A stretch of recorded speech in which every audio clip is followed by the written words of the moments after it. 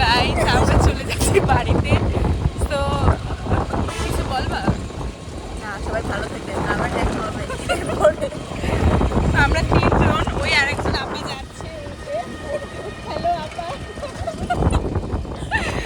আর আমরা যাচ্ছি আরেকটা রিক্সায়।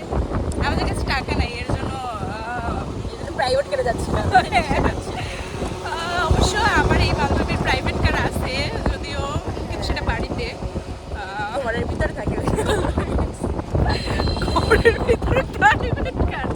হ্যাঁ মানে ঠিক আছে। করার ভয় আছে। ও হ্যাঁ, অনেক দাম, 3-4 কোটি টাকা হবে। আপনাদের লাগলে আবার একটু যোগাযোগ করে যাবে। তো আমরা সেটাই যাওয়া আসা করি, কিন্তু আজকে প্রাইভেট কার রাখবো কোথায়? যাইতে বাসে ওঠা লাগবে, এর জন্য প্রাইভেট কার বাসায় রেখে আসছি। এর জন্য আমরা রিক্সায় যাচ্ছি। তো আমাদের জন্য সবাই দোয়া করবেন।